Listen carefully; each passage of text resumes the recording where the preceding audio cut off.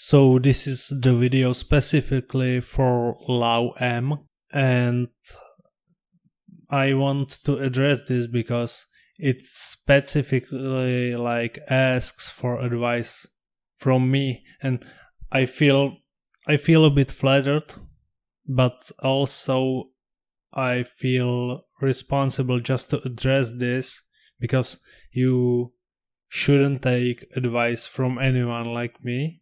I feel like, because I'm an idiot who made 80,000 videos and of random frequencies that are not even the specific frequencies that I mentioned, like in the video titles. It's all random. It doesn't make any sense. It took a lot of work, but yeah, you know what I mean.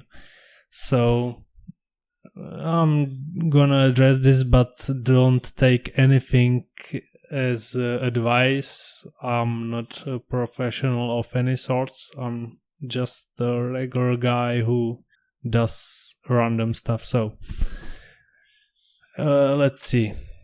So frequency on plant, growing plant, and frequency for yourself to heal or change something.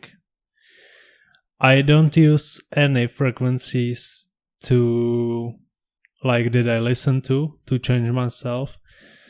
Recently I started just breathing, controlled breathing. Like close your eyes right now, close your eyes, okay? And focus on the tip of your nose. Just focus on the two nostrils and breathe in. And as you breathe in, focus on the air on the tip of your nose and the air flowing. And breathe out slowly. And you repeat this over and over again. It's like a meditation, I think. I don't know. I never really got into meditation. I really should. I know it helps people. But yeah, that's how I calm myself. And if you are calm, you can't be stressed when you are calm. And yeah, when you are not stressed, it heals you, I think. I feel like that's from the books that I read. Like, stress is not a good thing. Everyone knows that. So just by calming yourself, you're actually helping yourself. So, and excuse my voice if I am drunk. So yeah. So that's how I try to, when I feel shitty, that's how I try to heal myself. Just 2 or 3 breaths and you already feel better. So I have no experience with frequencies on plant growing, so yeah. And the second question is, how can I do? Because a lot of fatigue. I used to be in a high energy, now it's low really. This you really have to, I feel like you have to see what changes you made in life. So if you started eating bad, that's probably the reason why. The nutrition, I'm on a specific diet. I don't know if I should. I think I can talk about this in another video. I'm on specific diet because of my health problems that are specific to me. So I don't know if it would help you or not. Yeah, sleep. Like you mentioned, sleep I feel is the most important thing. If you want to read a book about sleep, I suggest Why We Sleep from Matthew Walker or Matt Walker. It's Matthew Walker, I think. Why We Sleep.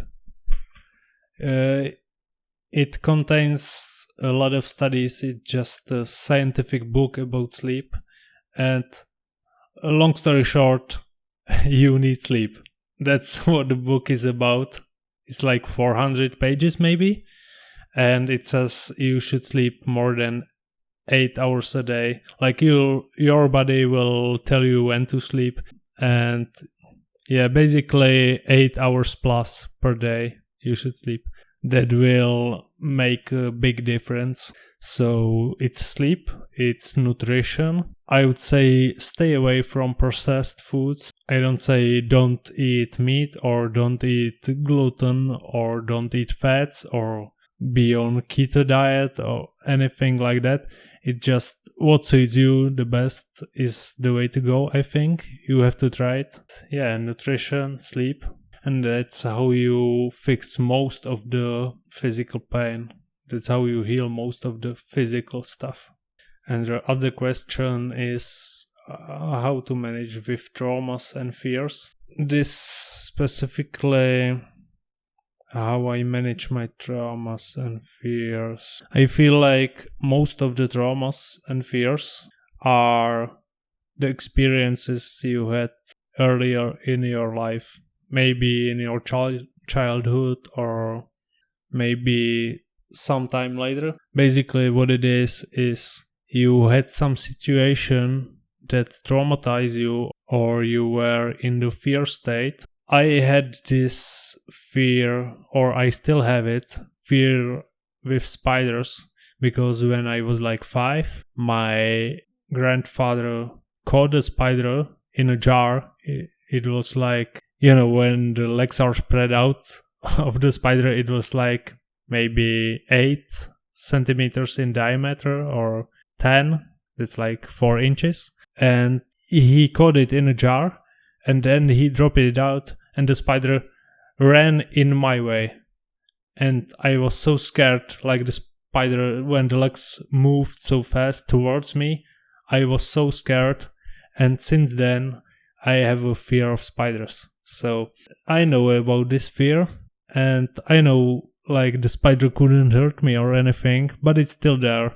So first you have to acknowledge the trauma and fear that you faced before in your life, because basically you run on a program and you feared this one time years ago, and the fear is still there. And when I see the spider, it just replaced the fear that I had when I was 5. And now the situation is different, right? Years later, but the fear is still there.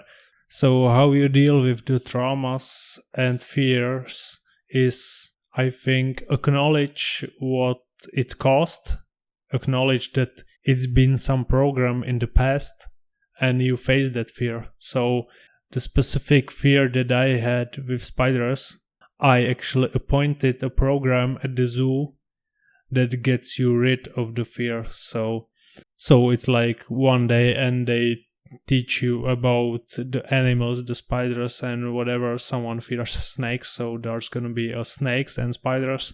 And then teach you about the animals that they won't hurt you. And then they put it on the table and they put it on your hand. And yeah, basically with any fears, I think the way is just you have to face the fears. And with traumas that you had, like everyone had some trauma in their life that's maybe crippling them. Even if they had it 20 years ago, it's still there. So if you acknowledge it, then you can address this trauma. So what helps me is that I say that is the person that I was. And or if someone caused the trauma to you, I think the way is to forgive them first. You have to forgive. If someone hurt you, you have to forgive them first. And then you say, okay, this was in the past and I'm not the person anymore. So it's actually something in the past. The trauma is basically it's something, some event that happened in the past to you. But if you don't have the memory that it happened, then it didn't happen. So you have to acknowledge that you are a different person now, and you have to forgive someone who did it to you, the trauma, if it's something like that. Maybe, I don't know. I mean, don't listen to me. You should never listen to me. I'm an idiot, okay? But how I deal with traumas is I forgive. I can't say I forgive fully, but I try to forgive anyone who caused me the trauma. So then it's just an event that happened in the past and maybe left some bruises on me. And when I do that, okay, it's just the bruise that I got now. The trauma, I forgiven that person or anything. So it's just a bruise, and it's just a bruise on my body. And that's all that I have from this trauma. And the fears, yeah, you face them. You just face them and go through them. Because it's just in your head. Like my fear of spiders is just in my head. And there are people who are not afraid of spiders. So what is the difference between me and them? Like, the spider won't hurt me. It won't hurt them. But they know that it won't hurt them.